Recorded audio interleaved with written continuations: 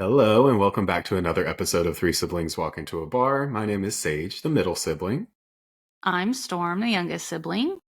And I'm Deshay, the oldest sibling. And this is Meow Meow. You sound so great, Deshay. I sound like horrible. If I start coughing, just ignore me. Now you know what it feels like to sound like me. Hello. That like podcast voice, the radio podcast voice. Oh god. Well, I just look like a bum because it's Sunday, and Sunday's my like don't care and get shit done day. And so I was like, oh dang, I still look like a bum. And I was like, oh well. Oh well. Get what you get. This is us, yeah. This is us. Get what you get. Don't throw a fit. Oh my god. Well, this was Thanksgiving this week. Did you guys have good outside of our family Thanksgivings? Yes, we did. I won the pie contest, so yeah, you did. Whatever. It was really good. To be fair, I cheated because one of my clients is a professional pastry chef, so I can let him know that my sister beat him. I know, that's what I said. I was like, listen, I beat an actual pastry chef. So yeah. I had some of it last night. It was really good. It was really good. Yeah. We went to my mentor's house because we do like a shop Thanksgiving. And one of our artists, he's from Cuba, and this is his first Thanksgiving. His whole family's first Thanksgiving. And I pull up, and I was like, "They're smoking something. I can you could smell it. I could smell it." And I walked into the house, and Roberto goes, "You have to see this." And I was like, "Okay." And he opens up the smoker. It is like a brontosaurus leg. It is huge. Gosh. And he was telling me about it. It's pork. It's a pig leg. And he like prepares it a certain way. And he's like, in Cuba, we dig a hole and we put coals on top of it. And like, we couldn't dig a hole because he was explaining to me what he had been explained to about like the limestone and stuff. Oh, yeah. And I was like, hell yeah, dude. Yeah. But that was like the best pork. I don't like pork, but that was so good. Oh, I bet. And he gave me some, and I've been making sandwiches out of it. Yum. It's so good. Yes, I was telling Richard, and I was like, I kind of hate that I don't host Thanksgiving because then we don't have leftovers. But then I'm like, but then I don't want to cook and clean and do everything that comes with hosting Thanksgiving. Yeah, my mentor was like, "Do you want to take a plate home?" I was like, "Yes, absolutely." Yes, because she makes this macaroni and cheese, and she told me about it, and she was like, "Dude, it's literally noodles, butter, and cheese. Like, I don't understand why you like it so much." My 3 favorite things. And I was like, I don't. Because it's the best thing ever. That's all you need for. So I took an entire to-go container of macaroni and cheese. I took an entire to-go container of green bean casserole and a bunch of that meat. And I was like, I'm poor. I'm sorry. This is my lunch for the next like 3 days. For the next month and a half, I'll make it last. Exactly. Yeah.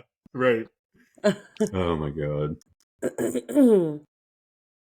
Y'all, I don't know what's like this time of year. For some reason, the true crime in me is like very serious, and all I've been watching is I need to find the name of that YouTube channel.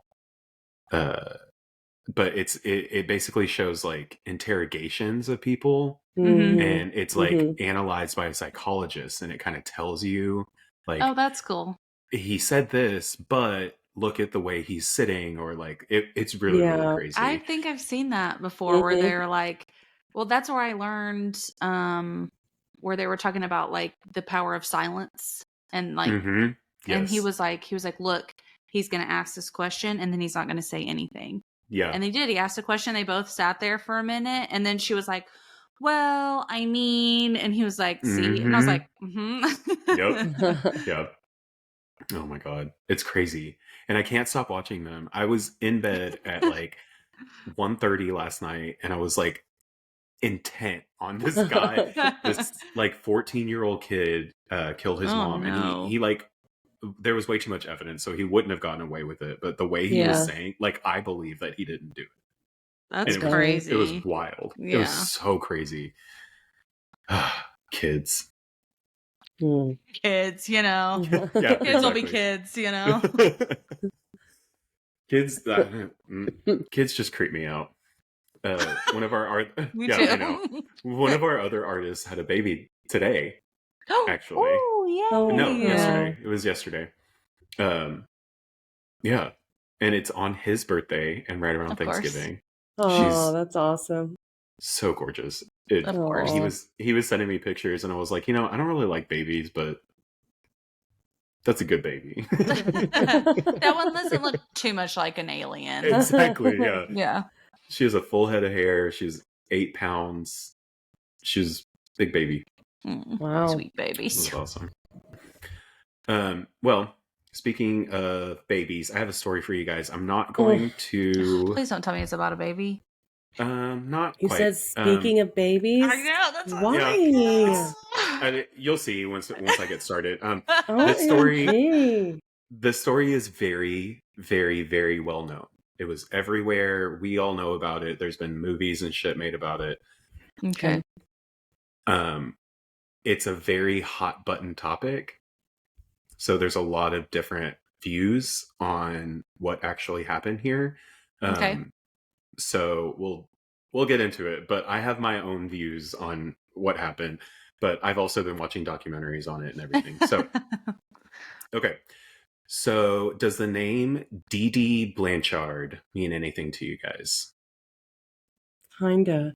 That's vaguely familiar. But we all know I don't know names. Yeah, right. Yeah. So okay. This isn't. Like start talking. I'll be like, yeah, like 5 points down. I'll say the name that you guys know. Okay. So Dee Dee Blanchard was born Claudine. I looked this up. It's a French name. Pitre. Whatever. That's what we're gonna say. Sounds good. Yeah, in Chack Bay, Louisiana, near the Gulf Coast in 1967, and she grew up with her family in Golden Meadow. She is one of 5 children from that family.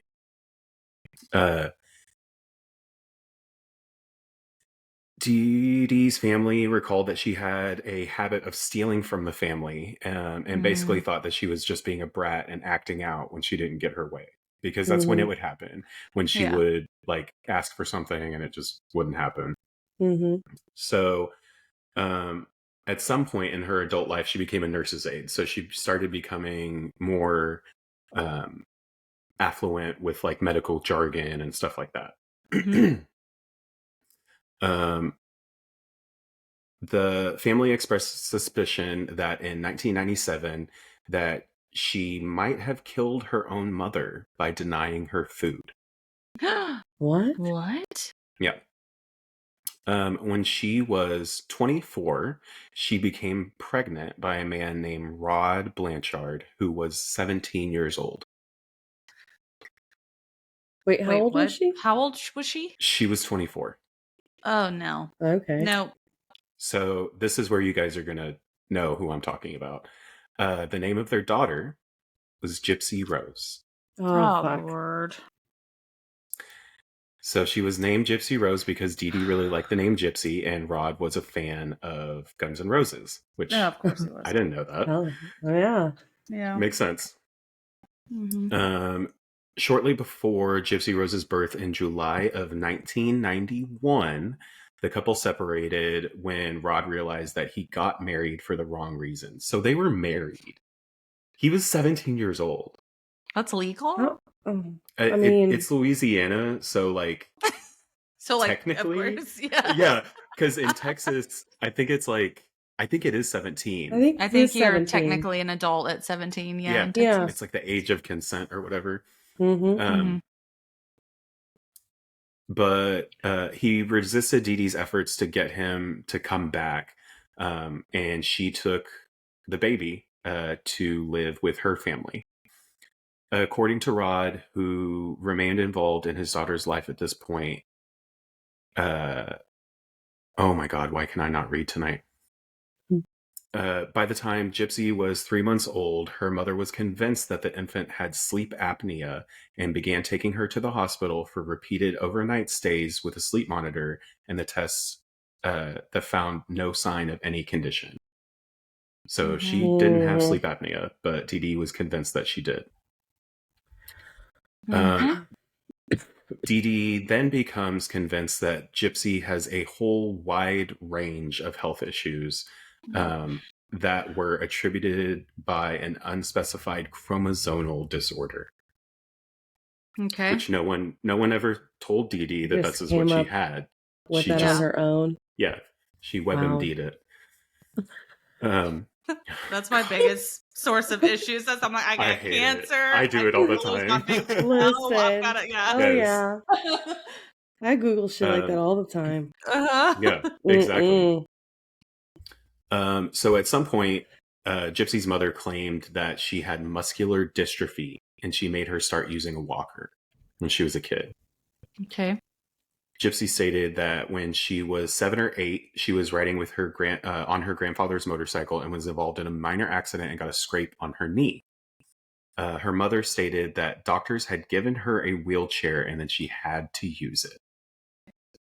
So she tells her 8-year-old daughter that she has to use a wheelchair because she has a scrape on her knee, and the doctor said so. Okay. Yeah. So Gypsy often went with both of her parents to the Special Olympics events. In 2001, when Dee Dee claimed that Gypsy was 8 years old, which she was not, she was 10 years old in 2001. She was made an honorary queen of the Crew of Mid-City, a child-oriented parade held during Mardi Gras in New Orleans. Gypsy seemed to have stopped school around 2nd grade, possibly even kindergarten. No one is really sure about that one. Her mother homeschooled her after that, supposedly because her illnesses were too severe. And later people started saying that it was because she wanted to isolate Gypsy, which is exactly what she's been doing. Yeah. Gypsy managed to learn how to read on her own through the Harry Potter books, which, like, once I read that, I was like, she's around my age. Yeah. She's like right in between me and Storm. Yeah. Richard was born in 90. I was in 92. So she's like maybe a year older than I am. Yeah, exactly. Yeah. That's so wild to me. While Gypsy's father, Rod, had remarried, Dee Dee moved in with her father and her stepmother. They would later claim that when she was preparing food for her stepmother, Dee Dee would poison it with Roundup weed killer. What? Oh, man. And so while she was staying with them, her stepmother was having chronic illnesses during this period. She was like really sick the entire time. During that time, Dee Dee was arrested several times for minor offenses such as writing bad checks. And when the family began to regularly confront her about the treatment of Gypsy and express suspicion about her role in her stepmother's health. So they're calling her out, basically, and they start doing it more often. So Dee Dee decided to leave, and she took Gypsy with her, and they went to a suburb of New Orleans called Slidell. Miraculously, her stepmother's health went back to normal after they left. Of course it did. Yeah. It's disgusting. In Slidell, she and Gypsy lived in public housing. They paid their bills with Rod's child support payments and public assistance that Dee Dee had been granted because Gypsy's medical conditions. Right. So she's getting public assistance as well. They spent most of their time visiting various specialists, mostly in the Tulane Medical Center and Children's Hospital of New Orleans, seeking treatment for illnesses that Dee Dee claimed that Gypsy had. A lot of them happened with her hearing and her vision for some reason. Okay. But they did a muscle biopsy on her. So I don't know if anybody knows what a muscle biopsy is, but basically they take a piece of your muscle out. Can Oh you my imagine putting The your pain. child through that? Yeah. No. And knowing that they don't really need it.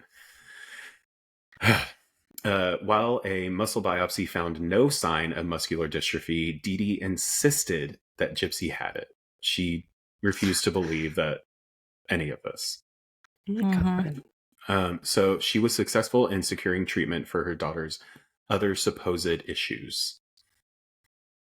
After she told doctors that Gypsy had seizures every few months, they prescribed her an anti-seizure medication. Oh my goodness. She didn't. She didn't have seizures. No. But this is what she's telling them. Several surgeries were performed on her during this time, and Dee Dee regularly took Gypsy to the emergency room for minor ailments. So her kid's going through a bunch of surgeries that are completely unnecessary. Mm-hmm. Why are they performing these surgeries? That's what I was thinking too. Have we ever looked into like medical license here? Because that seems a little silly. So I'll talk about the doctors in a minute, but there's a lot of like red tape, basically. But yeah, we'll talk about it in a second. After Hurricane Katrina devastated the area in August of 2005, Dee Dee and Gypsy left their ruined apartment for a shelter in Covington, which was set up specifically for individuals with special needs. Okay. Dee Dee said that Gypsy's medical records, including her birth certificate, had been destroyed during the flooding. No. So there was a doctor at the shelter, and the doctor was from the Ozarks in Missouri. She suggested that they move to Missouri because there's a lot of really good doctors in Missouri. And not even a month later, Gypsy and Dee Dee were both airlifted to Missouri. Airlifted? Oh my God, that is so dramatic. Because of another scrape on her knee? I don't know. I don't know why, but yeah, they basically were just like, no, you're coming here. Okay. So at first, Dee Dee and Gypsy lived in a rented house in Aurora in the southwestern area of the state. During their time there, Gypsy was honored by the Olay Foundation, which were advocates of feeding tube recipient rights. And in 2007, she was named Child of the Year. So Gypsy has a feeding tube as well. That's disgusting. Which we'll talk about in a second. In 2008, Habitat for Humanity built them a small home with a wheelchair ramp and a hot tub. What? Yep. This is effed up. This is pissing me off so bad. Oh, it gets worse. The story of a single mother with a severely disabled daughter forced to flee from Katrina's devastation received considerable local media attention. And the community often pitched in to help the woman, who was now going by the name Claudina Blanchard, which is spelled differently. Okay. And they all still knew her as Dee Dee. The outpouring of support included many charitable contributions. So she's getting lots of money from people. Yeah. In Louisiana, the most they were able to afford by themselves was occasional stays at the Ronald McDonald House during their medical appointments. In Missouri, they received free flights to see doctors at the Children's Mercy Hospital in Kansas City, free trips to Disney World, and backstage passes to Miranda Lambert concerts. Stop. And this was all paid for by Make-A-Wish Foundation. Oh. That's horrible. My goodness. Mm-hmm. So Rod Blanchard, which is Gypsy's dad, also continued to make a monthly child support payment of $1,200, as well as sending Gypsy gifts, occasionally talking to her on the phone. This next thing that I'm going to say made me so mad. During one call on her 18th birthday, he recalls Dee Dee telling him not to mention her daughter's real age. She thinks she's 14 years old. What? She thought she was 14? Gypsy thinks she's 14 years old. Wow. Oh my gosh. She thinks she's 14 years old. So basically, her dad at this point is not involved in her life. So he doesn't actually know anything about her medical issues or anything like that. Yeah. So he doesn't know, and he thinks that she's just that level of mentality that she actually just thinks she's 14, which is not. Okay, I see. True. You'll find out, but it's not true. Rod and his second wife regularly hoped to visit Springfield, and for various reasons, Dee Dee would always change the plans. So he never was able to go out to Springfield to see her. Oh my gosh. She told neighbors in Springfield that Gypsy Rose's father was an abusive drug addict and alcoholic who never came to terms with his daughter's health issues and never sent them any money. Okay. Just breathe. Okay. Breathe. Yeah, many people who met Gypsy were charmed by her. She was 5'0". She was in a wheelchair. She was bald. She had a very, very high pitched voice. She was nearly toothless. She had very large, thick glasses. And that all just kind of reinforced the perception that she had a lot of medical problems. Yeah. It's horrible. Dee Dee regularly shaved Gypsy's head to mimic the hairless appearance of chemotherapy patients, allegedly telling Gypsy that since her medication would eventually cause it to fall out, that they should just shave it instead. So there was no reason for her to not have hair. Gypsy would often wear wigs and hats to cover up her baldness. So if you ever look at a picture of any picture of Gypsy, she always has a hat or some kind of wig or something on. Yeah. Right. Whenever they would leave the house, Dee Dee would take an oxygen tank and a feeding tube with them. Gypsy was fed a children's liquid nutrition supplement, Pediasure, well into her 20s. Oh my gosh. You were getting no nutrition from that whatsoever. No. Absolutely not. My God. Oh my God. Okay. Dee Dee also used physical abuse to control her daughter, always holding her hand in the presence of others. So everyone always thought, like, if you ever see them together, they're always holding hands, or Dee Dee has her arm on or her hand on Gypsy's arm or something, and everyone thinks, oh, she's just comforting her. No, that's not what was happening. She was trying to control her. Whenever Gypsy said or did something that either suggested that she was not genuinely sick or seemed to be above her supposed mental capacities, Gypsy recalled that her mother would squeeze her arm very tightly. So that's what she was doing. She wasn't actually comforting her. She was trying to control what she was saying. Yeah. Yes. When the two were alone, Dee Dee would strike her with an open hand and even sometimes coat hangers. Oh my God. Wow. Medical interventions continued. Dee Dee had some of Gypsy's saliva glands treated with Botox. And later, she would have them removed altogether to control her drooling. What? I'm trying not to cry right now. Okay. Before they would go to doctors to cause the drooling, she would put like a numbing agent on her gums. Oh my God. Wow. Yeah, so she would put the numbing on her gums, which would make her drool. So she went to the doctors so that they were like, oh yeah, she's like, she drools a lot. So yeah, we can absolutely do that. And she had a feeding tube. So there wasn't any reason not to.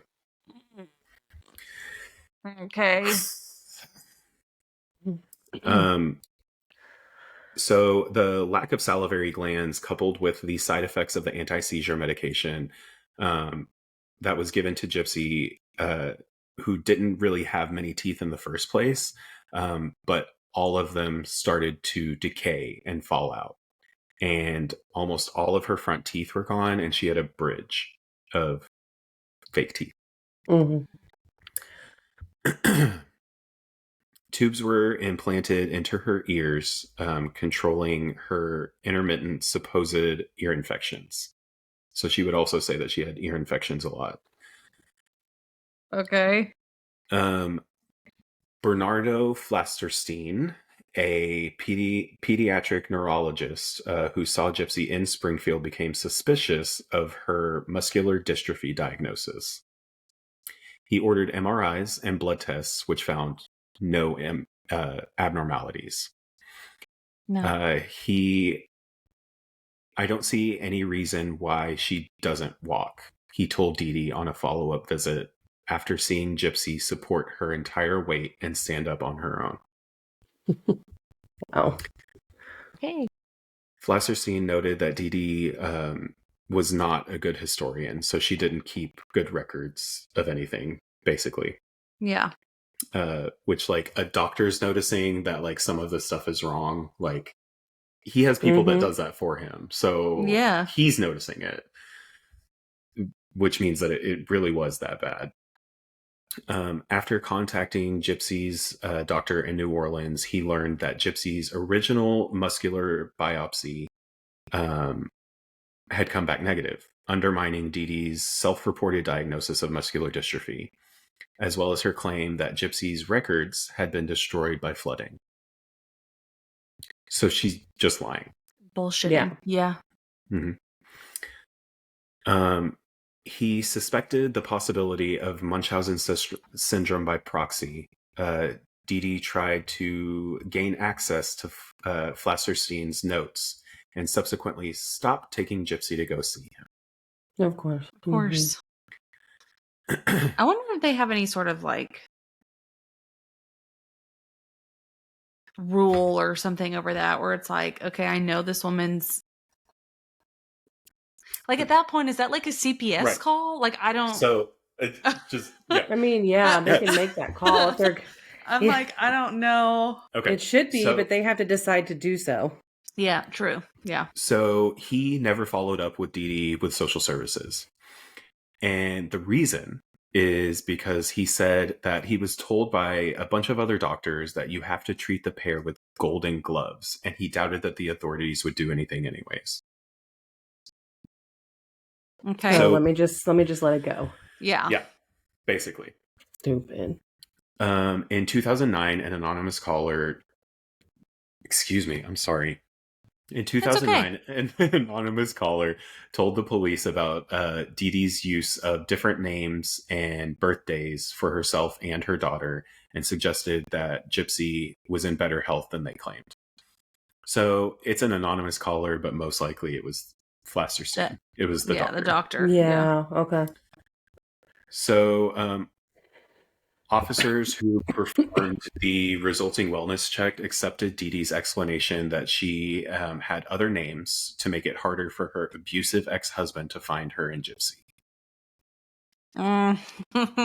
Okay. So the officers didn't speak to Gypsy's father.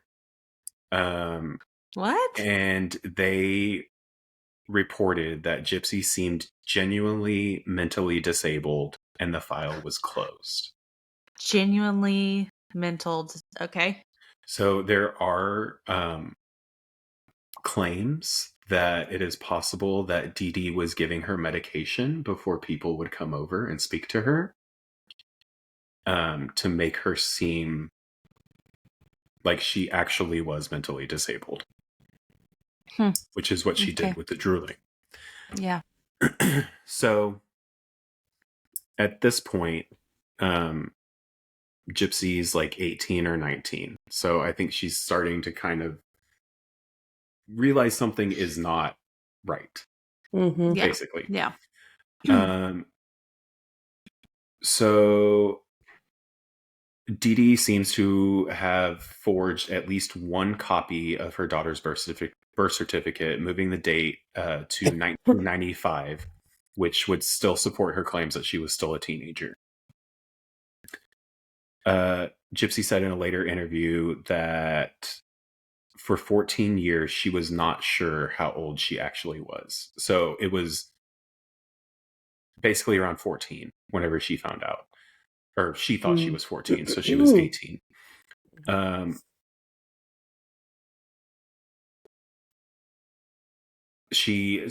Basically she said that all of it was destroyed during the flood, which we know is not true because the doctor was able to get some of the information. Right. Dee Dee did keep a copy of Gypsy's actual birthday, and Gypsy recalls seeing it on one of her hospital visits and became very confused. Dee Dee just told her it was a misprint. So anytime she would find something or kind of see something and be like, what? And Dee Dee was like, no, it's just the records, blah, blah, blah, blah, blah. This person did this, it was never, she was covering it up. Yeah. Since 2001, Gypsy had attended science fiction and fantasy conventions, sometimes in costume because it was really easy for her to blend in. There's a huge group of different types of people that go to those things, and she could never really fit in anywhere. And she was in a wheelchair as well, so she felt safe there. She felt comfortable because there's a bunch of different types of people, and she would even dress up. She would dress up as Disney princesses.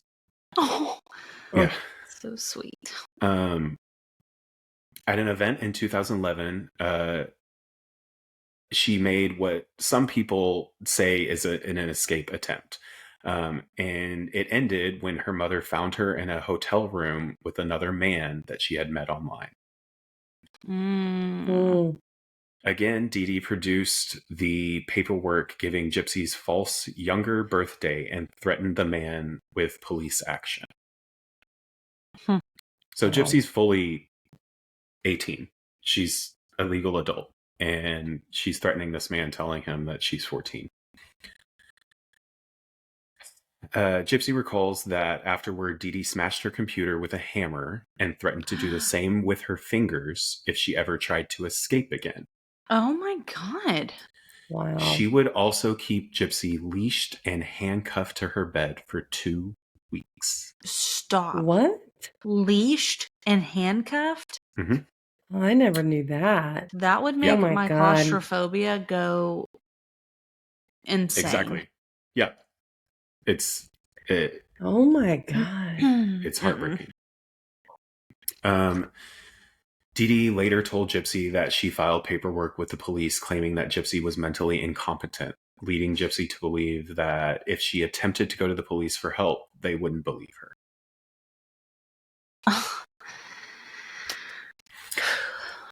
Okay. Right.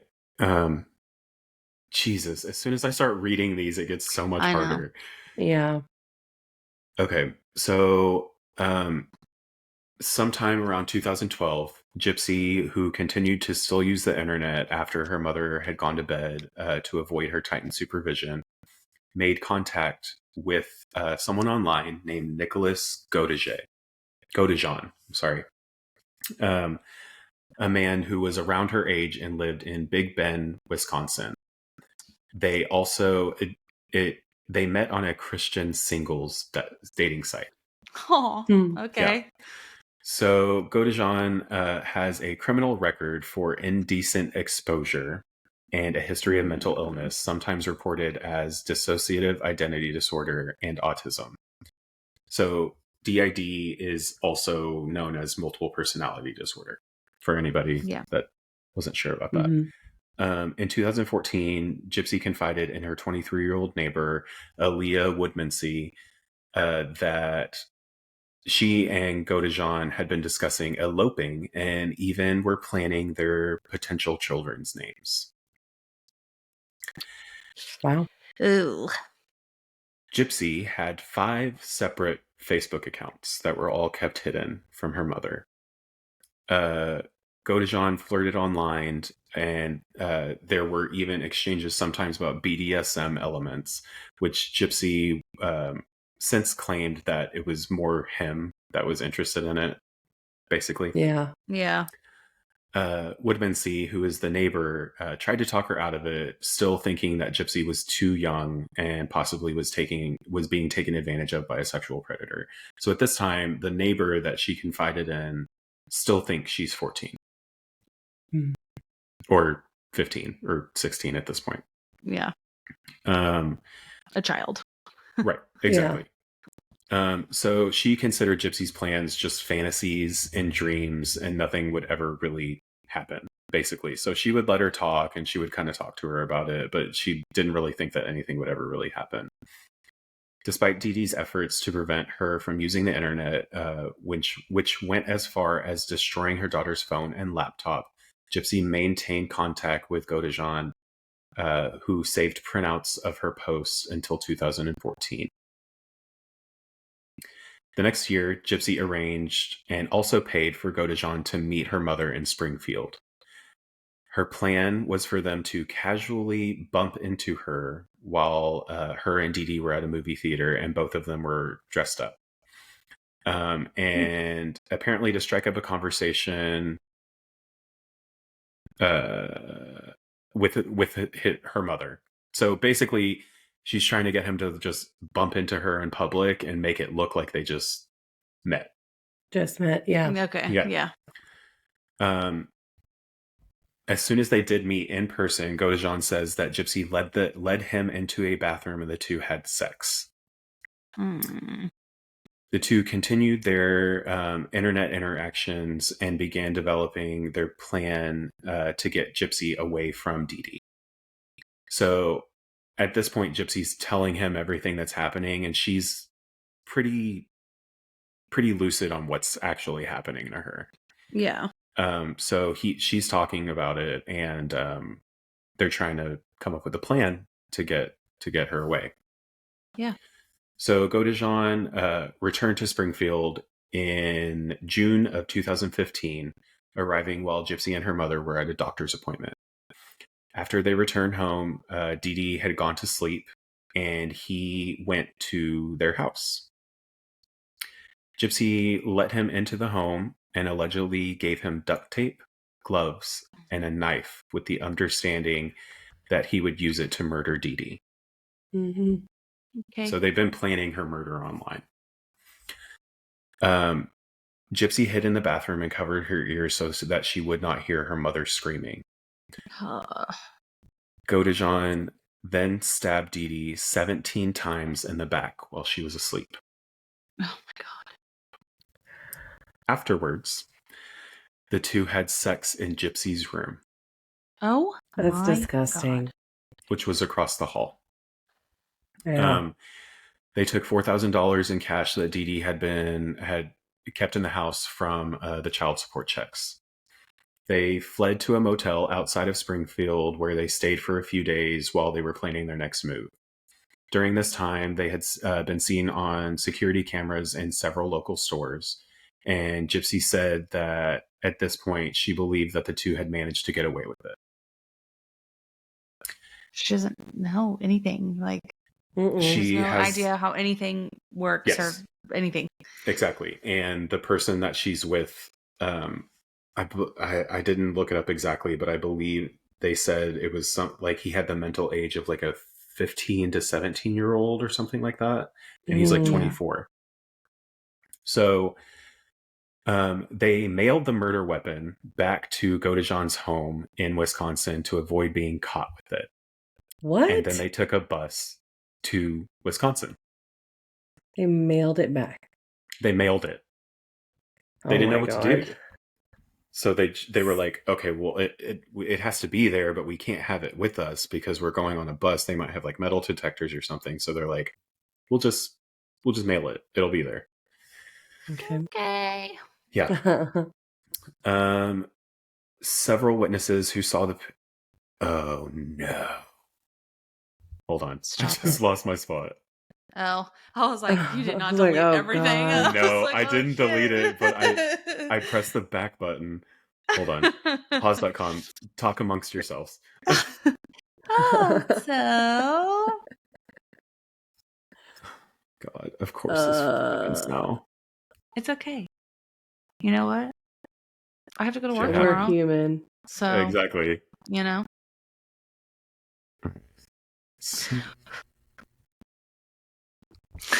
I didn't think this was going to be this hard to tell. They're not easy. And none of none of them are easy. No.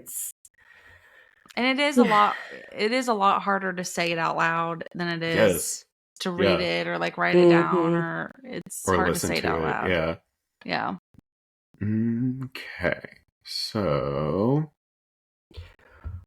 they mailed the murder weapon back to Godejohn's home in Wisconsin to avoid getting caught with it, and then they took a bus there. Several witnesses who saw the pair on the Greyhound station noted that Gypsy wore a blonde wig and walked unassisted.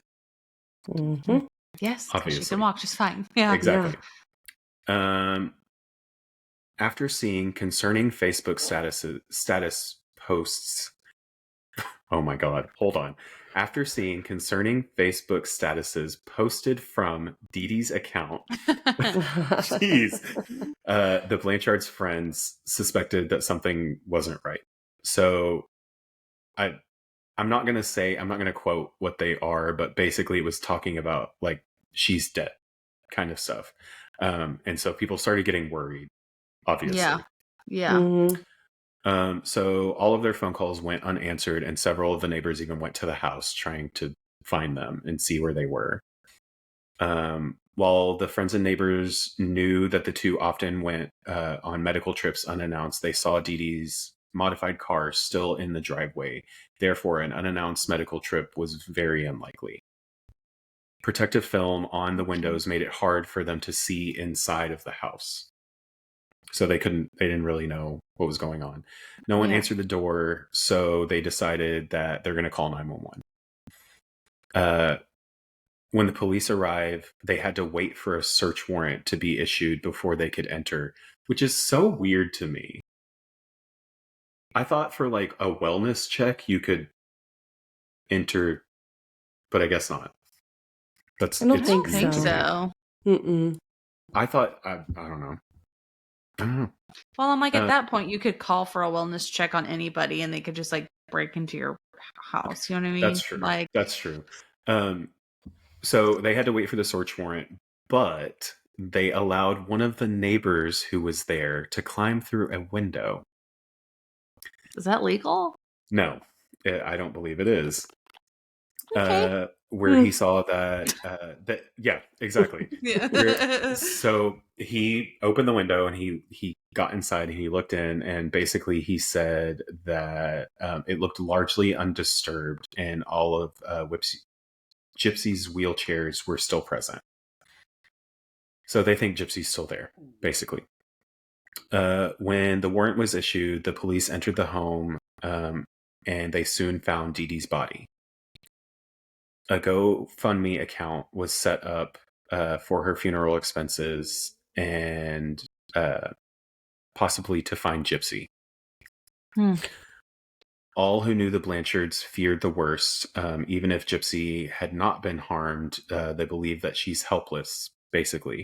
They think she's very, very sick and in a wheelchair, and she needs all these medications and medical equipment and oxygen and stuff like that. And they're worried about her. So Woodman C is her neighbor, the girl who she confided in, who was among those who gathered on the Blanchard's lawn, told police that Gypsy had a secret online boyfriend. And she showed them the printouts that she had saved, which had his name in it. Based on the information, police asked Facebook to trace the IP address of the last post from Dee Dee's account, and it turned out that it was in Wisconsin. Okay. The next day, police agencies in a county close to where they were raided the Godejohn's Big Bend home. Both he and Gypsy surrendered and were taken into custody on charges of murder and felony armed criminal action. The news that Gypsy was safe was greeted with relief back in Springfield. Gypsy and Godejean were soon extradited and held on $1 million bond.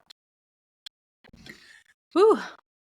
But in announcing the news, Greene County Sheriff Jim Arnett warned things are not as they appear. So I looked this one up. Basically, like before they show her, he's doing like a press conference and he's like, things are not as they appear. And then there's pictures of her walking and videos of her walking and all of these people who have been around like, them. What the hell? Exactly. Yeah. The media in Springfield soon reported the truth of the Blanchards' lives. That Gypsy had never really been sick and was always able to walk, but her mother forced her to pretend otherwise, using physical abuse to control her. Arnott urged people not to donate money to the family until investigators learned the extent of the fraud. So it's out there. Everybody knows now. Yeah. So these are the trials. After learning how Dee Dee had treated Gypsy, sympathy for her as a victim of a violent murder rapidly shifted to the daughter of a long-term victim of abuse. Mm-hmm. Mm-hmm. While the charge of first-degree murder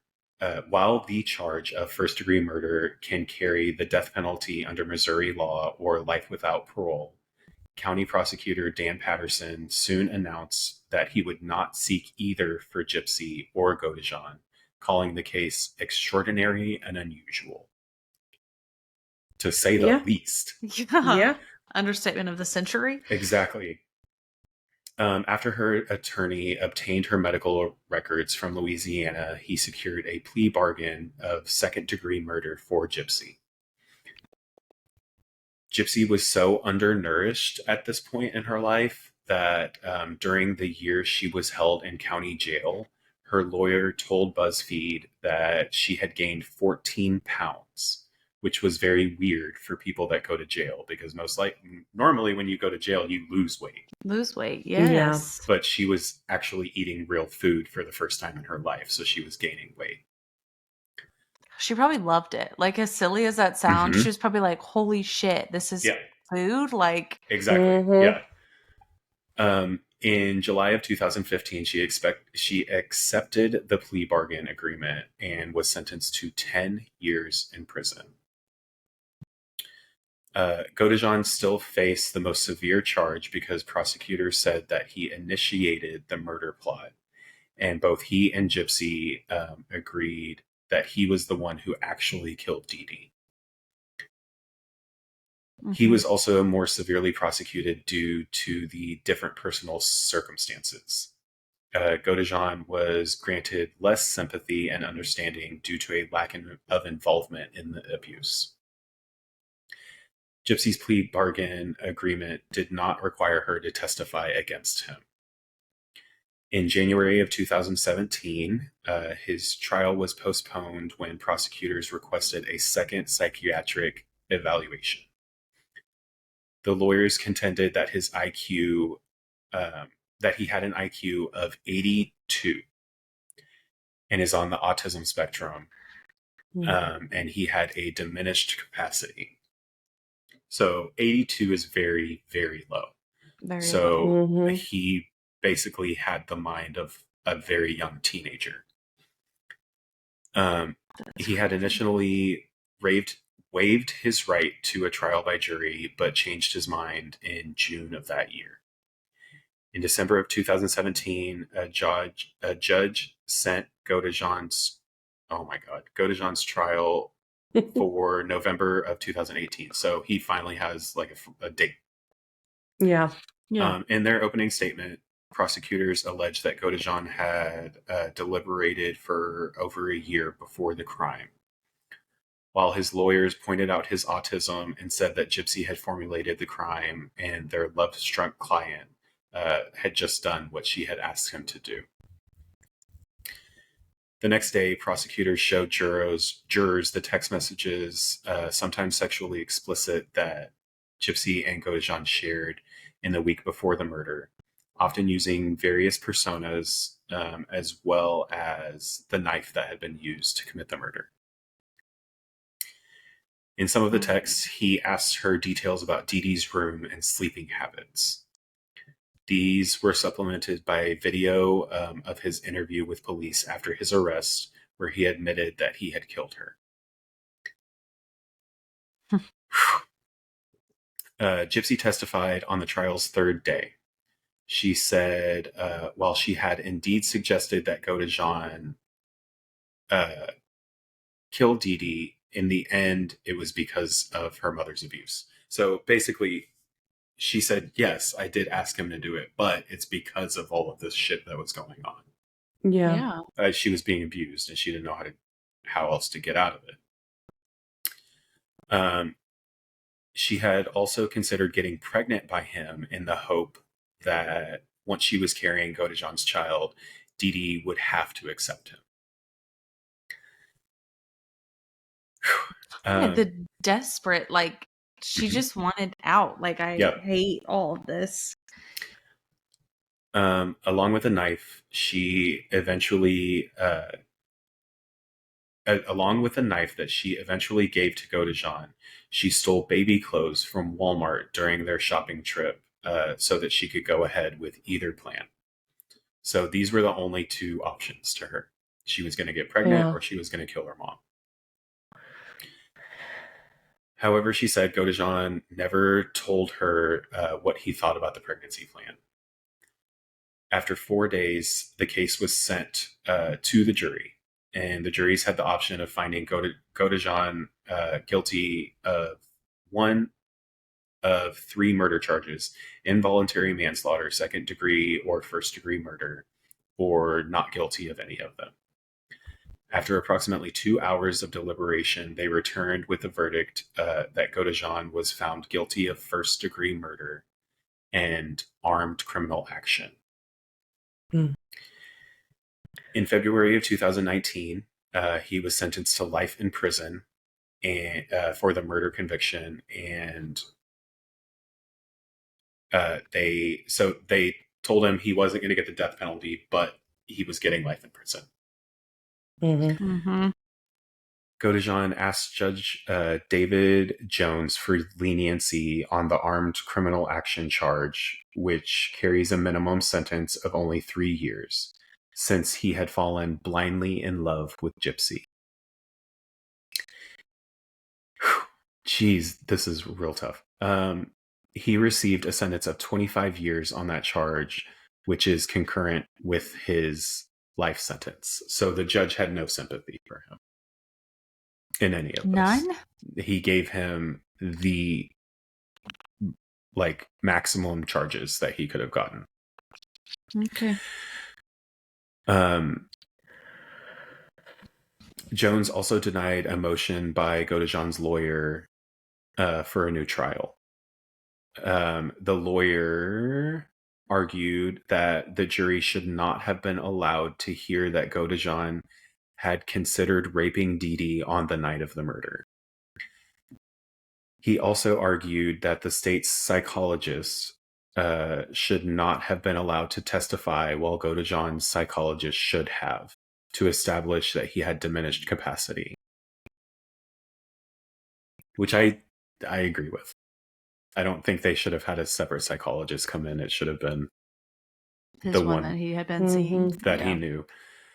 The judge, in denying the motion, conceded that an appeals court could find a latter point significant and considered it a reversible error.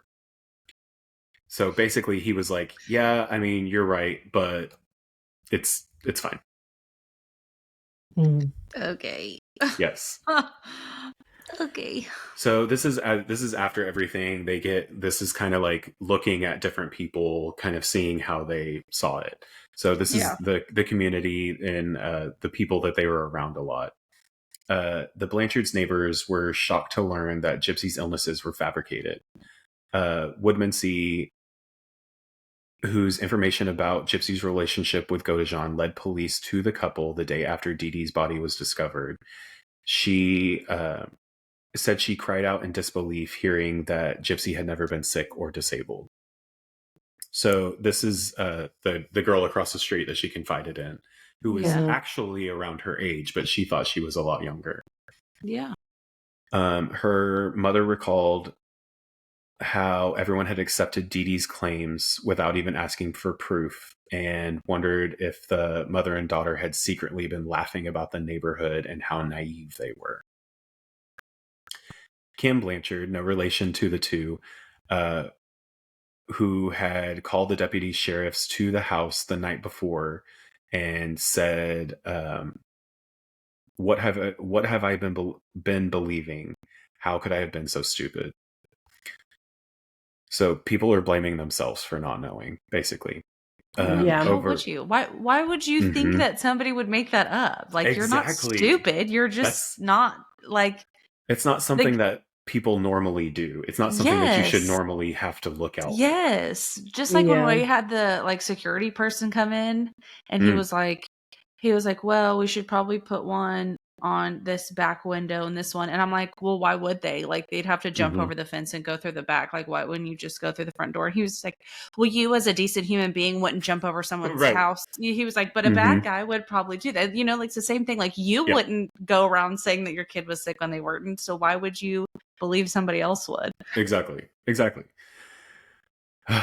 So over 60 people attended the candlelight vigil for Dee Dee in downtown Springfield the night after her body was discovered. So 60 people came to this candlelight vigil, and no one knew at this point that she was bamboozling all of them. Yeah.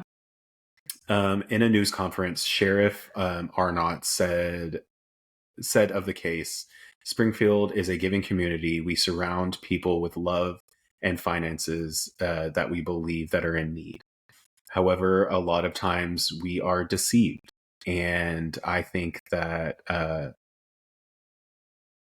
this now is true in the case of this case. Yeah. People need to learn how to talk. I can't read these quotes. Oh my god, dude. Okay. Only one of the charities that had helped the Blanchards spoke about what had happened, and the spokesman for Habitat for Humanity, whose volunteers had built the Blanchards' house along with others on the street, said, "We are just really deeply saddened by the whole situation." So the Dee Dee's family is still in Louisiana, and they had even confronted her from time to time about Gypsy's treatment and stuff like that. Basically, they said they don't regret her death, which is fucked. Wow. And just goes to show you like how Dee Dee just killed relationships and didn't care about it. Yeah.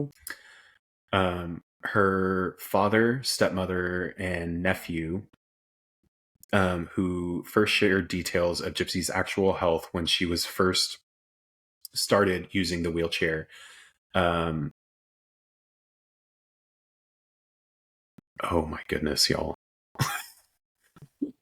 So basically what they were saying was that Dee Dee deserved what she got because she was forcing this little girl to pretend that she was sick for her own gain.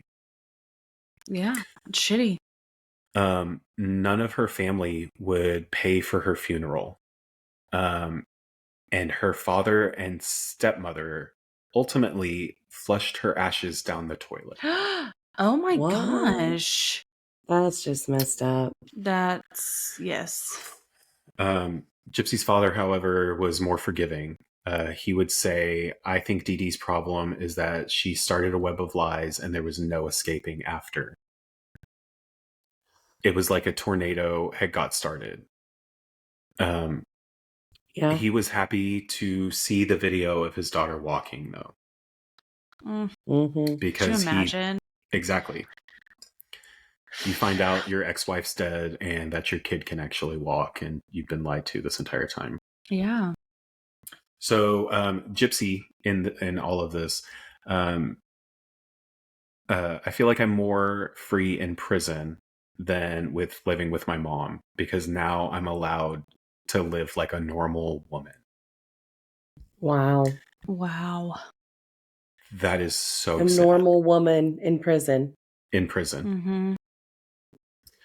Gypsy is now serving her sentence in Missouri at a correctional center, and she didn't talk to the media for a very long time.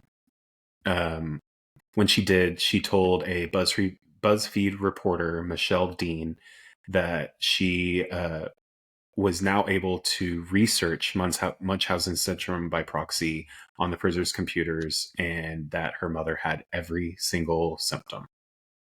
Mm. I think she would have been the perfect mom for someone that was actually sick. Ugh. That hurts.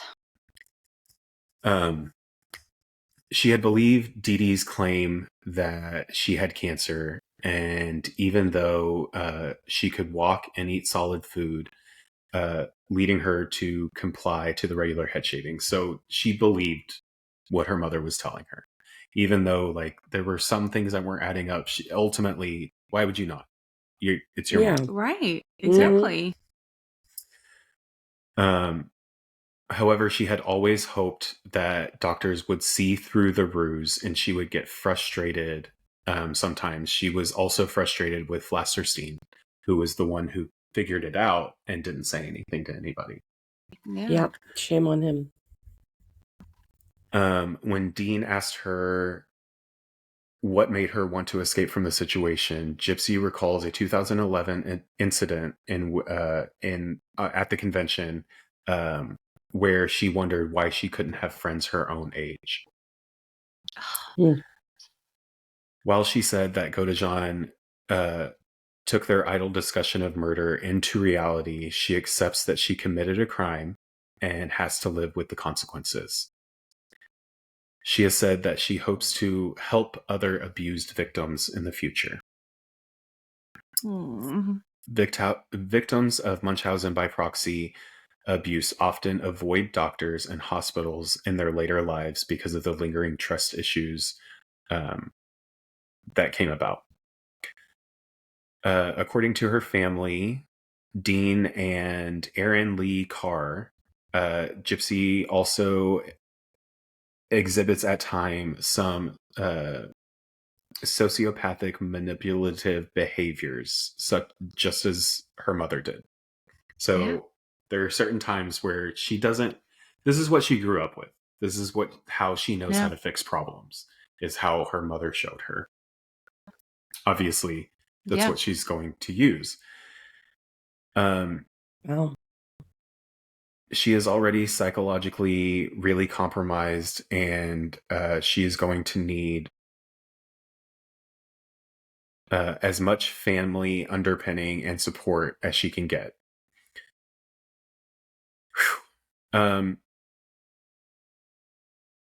So Gypsy's in jail at this time, and on June 27th of 2022, Gypsy married a man named Ryan Scott Anderson. So I tried to look up like him, but there's no information about him anywhere. That's odd. Yeah. So they did go back and talk to Flasterstein, and basically he was just very sympathetic for Gypsy. He tried to explain himself about like how they were treated with golden gloves, and he didn't really think that anything would come of it. And try. Exactly. I'm not in that situation. I can't speak for him, but I'm like, I feel like you try, right? I'm like, I don't know. So I guess maybe he did if it was him that called CPS, but exactly. He's also a children's neurological doctor, so I'm sure he sees all kinds of crazy things every day. But if there's like obvious abuse and you just caught it, why would you not say something? Exactly. Yeah. So if we do the math, she was sentenced in 2015, and she had a 10-year sentence, which means that she would be getting out in 2025. I just read something recently. She's getting out next month. Mm-hmm. And there is a documentary coming out where she tells everything. Basically, this is the first time she's ever been spoken to by the media, or like an actual like long sit down interview. This is the first time. And it's going to be coming out right after she gets out of prison. So if I read it correctly, it's right around December 10th, whenever she's going to be getting out. She has like an Instagram now or something, doesn't she? That is so unhealthy for her. Yeah. Mm-hmm. That is going to give, like, I know it's totally different situation, but what is that one lady's name that allegedly killed her daughter? Casey Anthony. Casey Anthony. Mm-hmm. Did not help your case whatsoever. If anything, just made it way worse. Yeah. Like, this is not good for you. Like, you don't need to come out of this in the public eye. Like, you already have so many issues, and that's just going to make it worse because people are assholes, especially on the internet, and they are going to come after her. Oh, absolutely. Oh, absolutely. Lord. Yeah. I think it's going to go both. It'll go both ways. Some people are going to come after her. Some people are going to be like, poor you, whatever. Yeah, which is why I said at the beginning, it's very polarizing. Mm-hmm. Because some people believe that she was justified in what she did, and some people believe that that it's murder. It doesn't matter why. So. Yeah. Well, I wonder too, has she been getting any kind of help while she's in there, I would assume so. Yeah. So I did see a couple of snippets of interviews with her, and she's very well spoken. She knows exactly what she's talking about. She does not use that high-pitched voice anymore, so that just goes to show you that it was all fake. Yeah. There's a show that it's like a dramatization of it, but it's called The Act, and it's on Hulu. Mm-hmm. It was tough to watch. It was very tough to watch. I haven't watched. I don't want to watch it. I know. I can't. Like, I would just cry the whole time. Yeah. I can't. Yeah. I just can't. And I think because I just watched that and wrote this script and I'm reading it and I'm kind of like visually seeing it, that's what's really fucking with me. Mm-hmm. Yeah. But yeah, it was tough to watch, and it's I don't necessarily like feel bad for Nicholas, but I kind of feel bad for Nicholas. Mm-hmm. I do. Especially if he, his diagnosis, that should have been taken into account. Absolutely. So and they didn't care. No. He was he was failed there. They failed him there. Yes. Yeah. Granted, I do see where it could have been. Like, is there any part where Gypsy tells him that she's actually 18, or does he still think that she's a? Okay. No, he has never. He has always known her real age. They didn't start speaking until after she figured out that she was actually 19. And so she basically told him everything. And in the show, at least, she's the one who came up with the idea and was like, well, what if we kill her? And he is the mind of a 15-year-old. He is completely in love with this girl that he just met, and he will do anything to keep her because she treats him like a person, which is insanely sad, but yeah, the rough fact of it. I know, it's horrific. It's wild. Again, one of those where you're like, I don't know. I mean, I do feel bad for him, and I just like think like how hard it is to be a person in prison, and then I can only imagine being autistic in prison. Yeah. Like, that would just be so hard. Autistic, DID, and like lower brain function than be so difficult. And it's very sad. And then Gypsy says, "Oh yeah, I love it here. I can be free." Yep. Which just goes to show you how much of a prison she was in with her mother. Mm-hmm. Yeah. But what a slap in the face to him. Exactly. And she got married. She got married. To someone else. Oh my god. To someone else. There's a I'm scene sure she's doing the documentary for all this money too. Yes. It's she's going to get a bunch of money when she gets well, that's the thing where I'm like, you said that she was like manipulating people. I'm like, she's going to try to manipulate this. Yeah. She's gonna, and not that I don't think that what happened to her is absolutely horrific, but it's like not the way to do it.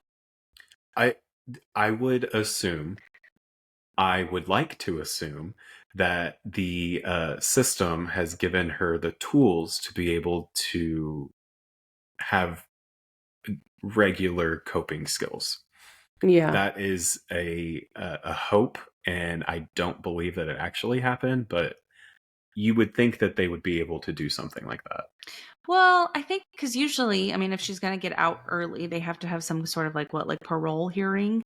Yes. You would think that they've got some sort of like, okay, well, she's done this and this and this and this, and we've taught her how to do this, and then right. enough where they would be comfortable being like, okay, yeah, we'll go ahead and let her go now. And they're letting her out early, and apparently it's for like being a model inmate or whatever. So, basically when she was 22, 24, she learned how to be a person, basically. Yeah. So now I'm sure she's super excited about getting out, and she's not even really thinking about like the psychology behind it. Yeah. But I completely understand what you're saying. It is very possible that, Or maybe she just wants to speak her truth, and that's fine true. too. That's cool. True. Yeah. I mean, good for she has every right to do so. Yeah. Oh, yeah. Every right. Because no one really knows the extent of what happened except for her. Yeah. She's the only one, and she's never given the story before. Had a long time to process it too. Exactly. Yeah. So. Yeah. I'm more just worried because people are so mean. Oh, yeah.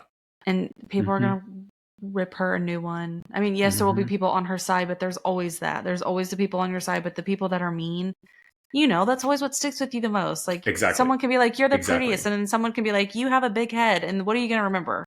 Right. You're going to remember that someone told you you had a big head. Yeah, so out of 100 comments, one of them is bad. You're going to remember the bad one. And that's what I worry about, people being so mean to her. I've already seen it all over, like, TikTok or whatever. Mm-hmm. And, like, apparently she does have, like, an Instagram or something now. I mean, I don't know. Somebody who's a friend of hers or, like, a family member, some girl, I can't remember. I didn't really go into it, but... Oh, it's probably Woodmansey, who was her neighbor. Maybe, yeah. Yeah. She looked like she was a younger girl. Maybe like your age, Storm. So, yeah, at this time, they'd be like right around... I mean... They'd be like around 30-ish. Like late 20s, early 30s. Yeah. So, I wonder how Nicholas is dealing with all of this. That's what I was just going to say, if we know anything about him. I haven't seen anything, and I'm assuming that they would speak to him. Yeah. Oh, yeah. In the documentary. Sure. I don't see why they wouldn't, but... I wonder what she's going to say about him. Exactly. Oh, yeah. There's a couple of clips that I saw, and I was trying not to, like, pay attention too much so that I wouldn't, like, ruin any kind of view that I had about it, but... Yeah. Yeah. I don't know. I wonder if she just, like, is in love with him. Yeah. Not, like, in love with him, I guess, but, like, you know how you think about, like, your hero? I wonder if she's like that with him. Yeah. She's just like, he saved me or whatever. Like, I don't know. So, in the show, like, I don't know, they tell you, like, this is based on a true story. And I don't know if it really happened, but it would make sense. Like, after the murder, whenever they're leaving, she starts realizing that he's not an actual, like, prince. He's not, like, this fantasy that she built up in her head. He's an actual person, and things can go wrong. And that's kind of where I think her brain started to go, like, once she got to prison, which, I mean, this dude just killed your mother for you. And then you're like, no, I'm okay. Yeah. Which, I mean, I don't know if that's actually what happened, but she's married to somebody else. We'll see. Yeah. But it has I guess we'll see. Yeah. Exactly. Yeah. So we might have to do a follow-up episode to this one. Yes. We'll do a live. Yeah. Twitch watching it together. Exactly. That's a good idea. Oh man. Yeah. Dang, I that just was feel long. like I have to specify this because of what's on my shirt. Richard used to have a cat, and they used to call it Lucifer because the cat was the worst. And then we bought this sweatshirt of this cat, and it says Lucifer on it. And anyway, all you could see was this, the cat. So I'm like, I swear it's just like a funny shirt. She's I'm like, I'm not worshiping the devil. I'm like, oh no. Oh, that's funny. Oh my god, I didn't even notice the cross. Okay, well, I just pointed it out to everybody. Yeah. I have some tattoos that are like obviously very demonic. So yeah, it's okay. We're fine. I'm wearing a Terrifier shirt. I think we're okay. Gosh, I know, stinky. I'm like, no, movie's horrific. I probably shouldn't say this, but those movies are hilarious to me. Like, but like I understand they're super gory. I understand that it's super fucked up. I do understand that. But at the same time, he's a clown. And some of the things that he does are hilarious to me. Richard says the same thing. Yeah, yes. I just can't with that. Well, and Richard was like, "Oh my god, watch this," and he like rewinds it and was like showing me a part, and I was like, nope, turn it off. I can't. I just can't." Mm-mm. The first time I saw the second one, I had heard that like within 10 minutes of the movie, people were throwing up in the theater, they were leaving, and I was like, "There's no way." And I watched it, and like I looked down, it was like 30 minutes into the movie. I was like, what? I don't get it. So apparently I'm just really fucked up. I understand now, like looking back into it, that's what would have set people off. But yeah.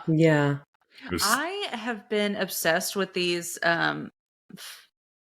people that do like the makeup, the like like the character makeup and stuff. Yeah. They've special been effects.